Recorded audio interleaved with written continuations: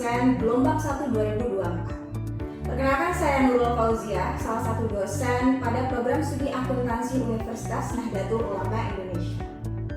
Video ini dibuat untuk melengkapi persyaratan dalam pengajuan sertifikasi dosen gelombang 1 2024, yaitu pernyataan diri dosen dalam unjuk kerja Tridharma Perguruan Tinggi PDD UKTPT dalam bidang pengajaran. Pada kesempatan kali ini, mata kuliah yang akan saya ambil sebagai contoh dalam video pembelajaran adalah mata kuliah inti dalam program studi akuntansi, yaitu manajemen strategi. Mata kuliah ini terdiri dari 3 SKS, 2 SKS termasuk materi, dan 1 SKS itu problem solving berdasarkan dari case study yang diambil pada mata kuliah ini.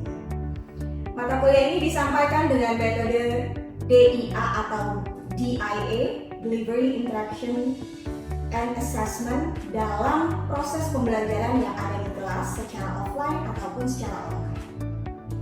Deskripsi mata kuliah ini, mata kuliah manajemen strategik berisi tentang materi yang membahas cara mengelola perusahaan atau cara memanage perusahaan ataupun organisasi secara baik dan strategis agar mampu merealisasikan target yang telah ditetapkan serta mengembangkan kualitas sumber daya yang dimiliki secara efektif dan efisien. Dalam mata kuliah ini juga melatih mahasiswa untuk menjadi pemimpin perusahaan ataupun organisasi dengan memasukkan unsur leadership dan communication. Mata ajar dipilih dalam mata kuliah ini disesuaikan dengan perkembangan zaman dan kebutuhan industri untuk generasi selanjutnya. CPNL pada mata kuliah ini dari prodi akuntansi yaitu kompetensi umum 1, mampu menerapkan pemikiran logis, kritis, sistematis, dan inovatif dalam konteks pengembangan atau implementasi ilmu pengetahuan dan teknologi yang memperhatikan dan menerapkan nilai humaniora yang sesuai dengan bidang keahliannya. Kompetensi khususnya yaitu mampu berpikir, memahami, dan menganalisis fenomena sosial terkait bidang keakuntansian. Dan untuk CPNK-nya, yang pertama, mahasiswa dapat memahami, menginternalisasi, dan menjelaskan teori manajemen strategik secara baik dan benar. Yang kedua, mahasiswa dapat menjelaskan identifikasi permasalahan manajemen strategik. Kemudian, mahasiswa dapat membaca dan menggambarkan perspektif interdisipliner mengenai isu-isu terkini dalam manajemen strategik. Dan yang terakhir, mahasiswa juga mampu menerapkan jiwa kepemimpinan dan mampu mengambil keputusan manajemen yang andal. Dalam mata kuliah ini, kami memiliki pokok pembahasan yang menarik karena tidak hanya memperhatikan teori yang telah ada sejak lama, tapi kami memadupadankan dengan perkembangan zaman dan kebutuhan industri saat ini. Pokok pembahasan yang pertama ada konsep dasar manajemen strategik, kemudian BMOSA atau Company's Direction, dan lingkungan bisnis eksternal, lingkungan bisnis internal, corporate strategy termasuk diversification and the multi-business company. Lalu ada building organization capable of good strategic execution termasuk people, capabilities, and structure. Lalu implementasi strategi dalam bidang akuntansi dan keuangan, implementasi strategi dalam bidang manajemen dan penelitian dan perkembangan, review artikel terkait dengan manajemen strategik yang ada saat ini baik di Indonesia ataupun di luar, dan isu lain manajemen strategis seperti ethics, company social responsibility atau dikenal dengan CSR, environmental sustainability and strategy. Dan yang terakhir ada corporate culture and leadership. Lalu referensi yang kami gunakan dalam mata kuliah manajemen strategik ada cukup banyak. Yang pertama adalah karya saya sendiri, yaitu buku manajemen strategik yang diterbitkan di Unisya Press. Buku ini bisa diakses bukan hanya oleh mahasiswa Unisya, tapi bisa diperjualbelikan oleh masyarakat umum, khususnya mahasiswa yang berasal dari universitas lain. Lalu ada buku dari Thompson et al, Crafting and Executing Strategy, buku Kaplan and Martin tentang The Strategy Focused Company, khususnya tentang ESG, scorecard. Kemudian ada buku dari Dixit, Sketche et al tentang Games of Strategy. Dan pendukung dari referensi yang digunakan dalam Mata kuliah ini cukup banyak, yaitu isu terkini dalam dunia perakuntansian. Kita ambil dari artikel ilmiah, khususnya yang berasal dari mancanegara atau internasional dan yang berasal dari Indonesia. Kemudian dari website milik dosen pribadi, yaitu www.nurulfauziah.com. Materi bisa diakses nanti di sini. Kemudian ada video pembelajaran asynchronous learning yang juga berasal dari channel YouTube milik dosen, yaitu Educator Milenial. Semua materi bisa diakses dan dipelajari secara berulang kali pada channel YouTube ini. Pada mata kuliah ini, aspek penilaiannya terdiri dari beberapa poin. Yang paling tinggi memang berasal dari UAS dengan persentase 40%. Kemudian dilanjut yang terbesar adalah UTS, yaitu 25%. Dan yang lainnya dibagi kepada presensi kehadiran 15%, tugas individu dan keaktifan 10%, serta tugas kelompok berasal dari case study dan lainnya itu 10%. Untuk metode yang digunakan dalam mata kuliah ini ada discovery learning, kemudian ada presentasi kelompok, ada case study, ada games, dan juga problem based learning. Berikut adalah contoh video pembelajaran yang akan dilakukan dalam proses offline atau secara luring dalam kelas. Warahmatullahi wabarakatuh. Waalaikumsalam warahmatullahi wabarakatuh. Selamat siang semuanya. Siang, Ibu. Sehat?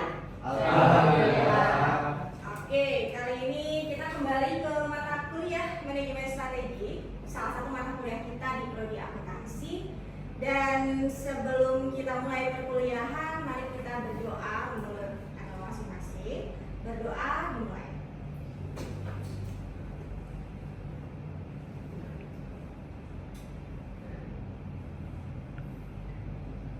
Oke, untuk presensi silahkan kalian langsung saja ya masuk ke si akad kita. Kalian bisa langsung klik dan atas scan barcode dari HP masing-masing untuk perkuliahan kali ini.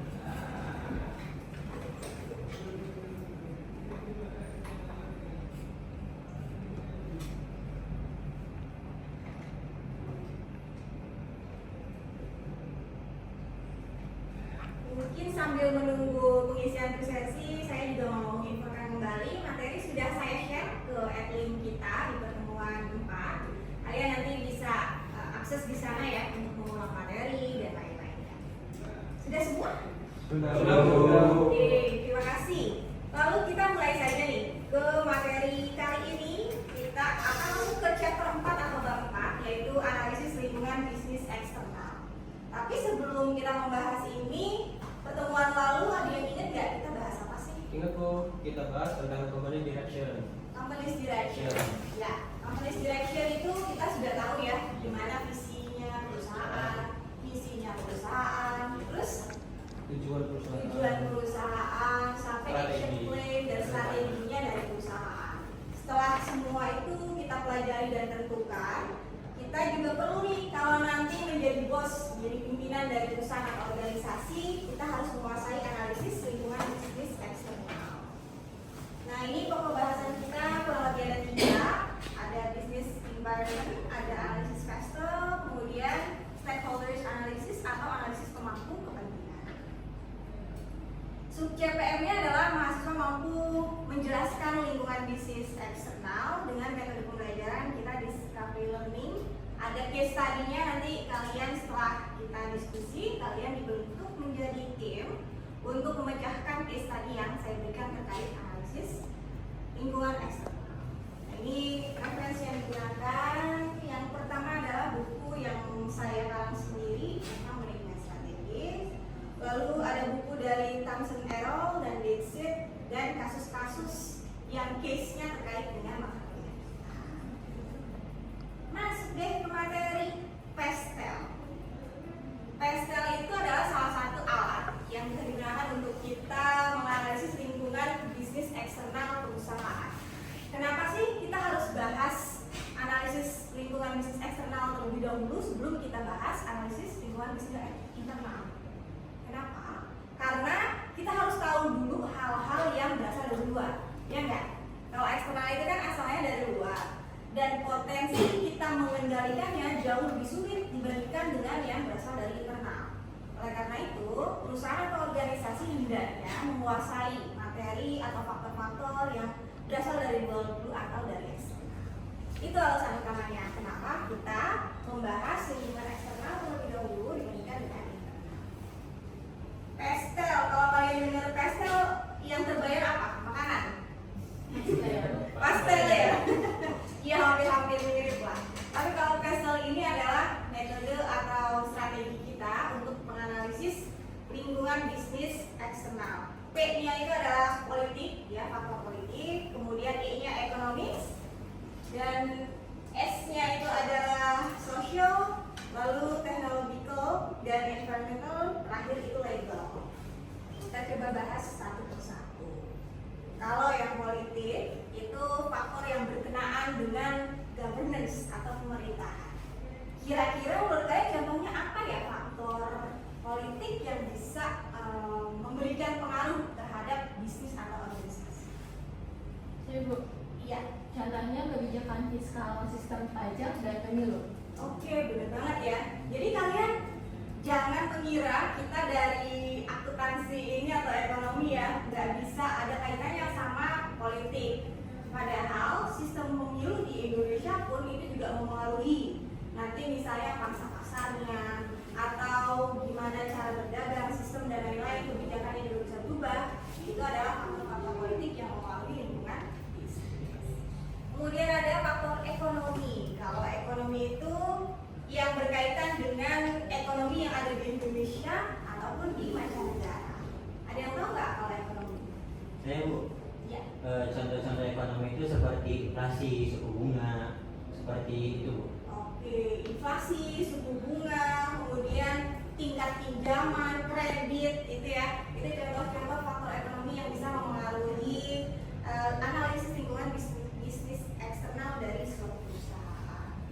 Kemudian ada sosial. Nah, irisan dari materi kita ini cukup banyak. Sosial juga, jadi nanti kalau ada yang misalnya belajar tentang sosiologi atau antropologi dan lain-lain, itu juga mempengaruhi mata kuliah kita ketika kita nanti menjadi pemimpin dari perusahaan. Lingkungan sosial itu misalnya tren atau kebiasaan budaya orang mengonsumsi sesuatu, demografiknya, misalnya orang-orang yang berada di kota yang agak jauh, di tempat yang agak jauh dari kota sama orang yang ada di kota yang aksesnya mudah, itu tren pembelian dan konsumsinya pasti berbeda ya. Nah itu juga bisa mempengaruhi lingkungan bisnis eksternal. Kemudian ada teknologi. Kalau teknologi itu hal-hal yang berbau digital atau perkembangan zaman sekarang ya. Sekarang dulu kita kalau mau belanja kemana? Langsung ke pasar ya, atau ke cewek-cewek belanja baju di mana? Di mall. Dulu kayak gitu. Kalau sekarang langsung aja kemana? Di online. Online. Bisa di rumah. Di rumah langsung. Bisa di mana tuh? Marketplace ada apa aja ya sekarang? Semua. Ada apa marketplace? Kalian kalau belanja di mana? Shopee, Shopee, lalu Tokopedia, Tokopedia, Lazada. Lazada. Kalau cowok-cowok lebih suka di mana? TikTok Shop. Kalau cowok-cowok trennya di mana sih belanjanya lebih banyak? Rasanya di TikTok Shop, Bu. Di TikTok Shop. Iya. Lebih murah ya? Iya. Oke. Kalau cewek-cewek masih Shopee masih banyak juga ya. Ya. Shopee, kemudian TikTok Shop dan lain-lain. Itu adalah faktor teknologi yang mempengaruhi juga lingkungan bisnis. Dan ada lingkungan atau environment, itu juga mempengaruhi seperti iklim, cuaca, kondisi geografis, serta lain-lainnya. Misalnya tukang es, kalau kita bisnisnya bisnis minuman dingin, itu kalau dijualan di musim hujan gimana? Laku nggak?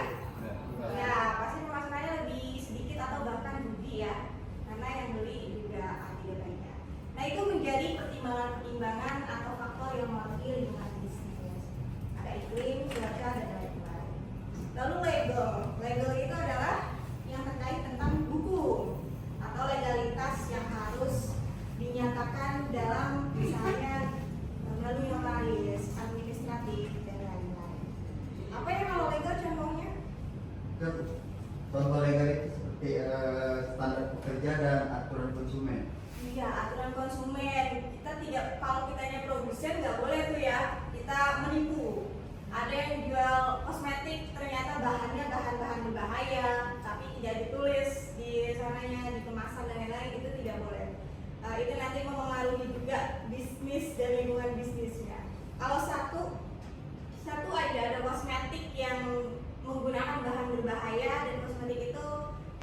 banyak produk di dalamnya, produk-produk lain nanti akan kena atau ikut ya imbasnya.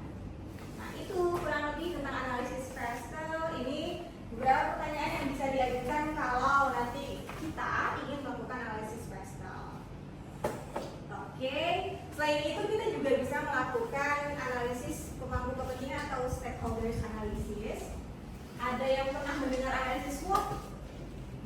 SWOT? Pernah ya? Nah, analisis SWOT itu paling sering digunakan untuk kita menganalisis suatu perusahaan atau organisasi, bukan hanya bisnis tapi juga lingkungan lainnya. Nah, si analisis pemangku kepentingan stakeholders juga menggunakan analisis SWOT. Tapi nanti akan ada analisis lanjutan yang lebih dalam. Misalnya kita melihat gimana assessment dari stakeholders-nya, kemudian ada scoring dan ranking serta lain-lainnya. Seperti ini contohnya, kita bisa melihat kebutuhan dari stakeholders itu apa sebelah sini ya. Kemudian kita bisa melihat list key player atau pemasok dari bahan-bahan yang kita gunakan untuk produksi serta lain-lainnya. Oke, kurang lebih itu materi kita tentang analisis lingkungan bisnis eksternal. Tapi ada baiknya nih kita mematangkan pemahaman dengan cara case study. Saya akan memberikan contoh analisis Prestel di Gojek. Tahu Gojek nggak? Tahu. Apa sih Gojek itu? Platform ojek online. Platform ojek online, betul. Dia paling pertama ya di Indonesia ya. Iya Bu. Pelopor. Sekarang banyak tuh yang ngikutin kayak apa? Maxim, Gojek, Driver, Grab ya, Grab. dan lain-lain. Nah, karena Gojek yang paling pertama atau pelopor, makanya saya pilih di sini untuk nanti kita lihat mereka melakukan analisis Prestelnya seperti apa. Oke, silakan kita bagi diskusi kelompok.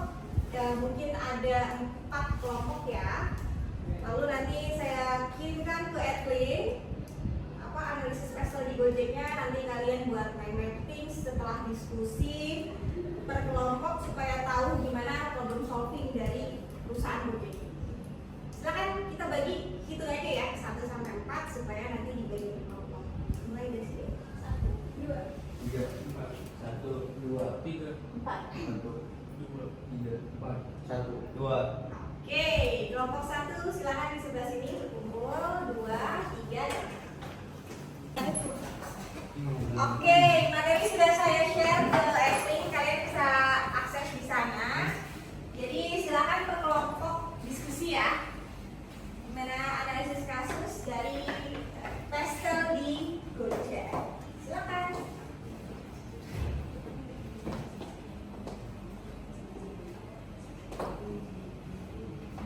Oke, setelah 30 menit kalian berdiskusi kelompok, kita akan coba lihat nanti ya, saya akan cek satu persatu hasil mind mapping yang telah dibuat dan analisisnya. Nah, sekarang adakah yang ingin menyampaikan point of view-nya? Oke, silakan. Baik Bu, dari hasil diskusi kami selama 30 menit ini, pada hematnya analisis Prestel yang bisa diterapkan pada Gojek ini, jika ditinjau dari sisi politiknya, itu setidaknya kita punya ada 3 hal. Yang pertama itu ada tentang lingkungan regulasi, di mana Gojek itu beroperasi nggak cuma di Indonesia, tapi juga ada di Thailand misalnya. Ya, jadi ada kecenderungan ketika ada gerakan politik di Asia Tenggara yang punya impact yang hebat, tentu akan berdampak pada stabilitas Gojek ini. Terus juga ada misalnya hubungan dengan pemerintah, baik itu pemerintah domestik maupun pemerintah Thailand misalnya. Dan ya lagi-lagi kalau ketika kita ngomongin politik, misal ada suatu konflik tertentu, maka yang satu-satunya yang jadi ancaman untuk Gojek itu adalah tentang stabilitas kebijakan itu. Apalagi Gojek ini sudah mancanegara, maksudnya udah se-Asia Tenggara gitu. Terus dari faktor ekonominya, bisnis Gojek itu berkembang cenderung ke middle class daripada orang-orang yang kelas burju ataupun yang di bawahnya middle class gitu. Orang-orang prekariat dengan yang dituntut untuk cepat kerja harus masuk jam 7 setengah 8 gitu loh, dan mereka kesusahan untuk nyari ojek. Ya solusinya ada di Gojek gitu. Terus kita nggak usah ngomongin inflasi atau mata uang dulu, karena sejauh kita ngalamin 2 tahun ini atau mungkin 3 tahun ke belakang, misalnya pas Covid, ya ketika inflasi dilebarkan pun Gojek masih bisa tetap bertahan. Ketika Bu Sri Mulyani itu melebarin inflasi, atau misalnya sama dibandingkan misal ditantang sama tingkat pengangguran di Jakarta misalnya, Gojek tetap masih bisa beroperasi karena justru itu menambah mitra katanya. Jadi orang-orang misalnya yang tadinya nggak tahu mau ngapain, akhirnya daftar Gojek aja lah gitu untuk ngojek. Terus misalnya yang lain dari faktor sosialnya ada urbanisasi gitu loh. Jadi ada perubahan gaya hidup di beberapa kota tertentu. Apalagi kota-kota yang ya dia mobilitasnya cepat gitu loh. Dan ini kecenderungannya terjadi pada kota-kota industri, termasuk kayak Cilegon, Bekasi, Tangerang Selatan, bahkan sekarang sudah arah pembangunannya karena ke Kerawang juga udah mulai pada banyak. Kalau Jakarta nggak usah diragukan lagi. Dan beberapa kota-kota wisata lainnya juga itu menjadi peluang besar untuk Gojek terus berkembang di situ. Terus di faktor teknologinya, ya Gojek sudah berbasis perangkat lunak gitu, dan keamanan datanya juga mungkin perlu ditingkatkan ya, karena untuk beberapa transaksi itu kita diharuskan untuk memverifikasi ID kita dengan KTP, identitas. Jadi Gojek juga perlu untuk memastikan infrastruktur digital mereka ini mapan sebelum mereka itu berani untuk memberikan layanan-layanan yang lebih jauh gitu. Karena kan kita tahu Gojek itu nggak cuma ojek doang, ada mobilnya juga, ada GoFoodnya juga, bahkan sekarang udah bisa beli tiket kereta ya kan? Banyak ya? Iya, ada banyak banget servisnya gitu loh, mau kirim barang bisa. Maka yang jadi masalah itu adalah lagi-lagi keamanan data customer dan juga mitra-mitra yang bekerja sama. Terus dari faktor lingkungannya, tentang perubahan iklim, kayaknya sih Gojek ini cenderung ramah lingkungan, tapi kalau mitranya kebanyakan dia juga kontributif terhadap polusi udara. Setidaknya itu. Tapi kalau misalnya musim hujan, customer males untuk pesan Gojek. Pakainya yang mobil ya? Pakainya yang mobil. Untuk faktor hukumnya, legalitasnya, paling beberapa hal yang perlu digarisbawahi itu, contohnya itu ya tentu kepatuhan terhadap hukum-hukum lokal yang berlaku, kayak misalnya UU ITE, transaksi elektronik, atau misalnya ada satu hal yang menurut saya ini luput dari orang-orang, tentang hak kekayaan intelektual. Gojek itu public service yang dia itu harus memiliki legalitas bahwa dia itu punya hak milik gitu loh. Meskipun dia dipakai banyak orang, tapi enggak deh, dia itu dimiliki sama seseorang. Nah itu, jadi orang-orang nggak ngeh tentang legalitas kepemilikan ini. Kira-kira itu. Oke, lu tepuk tangan dong. Kita menunjukkan ke-6 faktor dari analisis bisnis eksternal menggunakan PSL. Baiklah, sekian materi kali ini. Kelas kita sudah sangat luar biasa ya hari ini, pada aktif semuanya. Kemudian diskusinya tadi saya sudah cek, mind mappingnya juga bagus, hasil analisisnya juga kalian sudah menguasai ya materi kita kali ini. Dan sebelum benar-benar ditutup, adakah yang bersedia untuk menyimpulkan? Ya, silakan. Izin menyimpulkan, Bu. Silakan. Jadi menurut pendapat saya dari mata kuliah manajemen strategis ini, dapat saya ambil kesimpulan analisis lingkungan bisnis eksternal ini lebih dahulu dipelajari dibandingkan dengan analisis lingkungan bisnis internal. Jadi karena cenderung berasal dari faktor-faktor yang lebih sulit, tidak bisa dikendalikan, analisis lingkungan bisnis eksternal dapat dikendalikan antara lain analisis PESTEL dan analisis kepentingan, Bu. Mungkin itu, Bu, kesimpulan dari saya, Bu. Oke, terima kasih atas kesimpulannya. Betul ya, hari ini kita sudah mempelajari analisis bisnis eksternal yang bisa kita hitung atau kita tentukan dengan menggunakan salah satunya analisis PESTEL. Kemudian tadi analisis stakeholders ya, kepentingan dari pemangku kepentingan strategi analisis pemangku kepentingan. Oke, next chapter kita akan mempelajari tentang analisis lingkungan bisnis internal. Jadi berkaitan ya antara materi kali ini dengan materi yang besok. Sehingga saya harapkan untuk teman-teman di sini juga telah mempelajari materinya dulu sebelum besok kita mulai kelas berikutnya. Setuju? Setuju. Terima kasih untuk hari ini. Jangan lupa kita juga berdoa dulu. Semoga apa yang kita pelajari bisa bermanfaat. Berdoa mulai.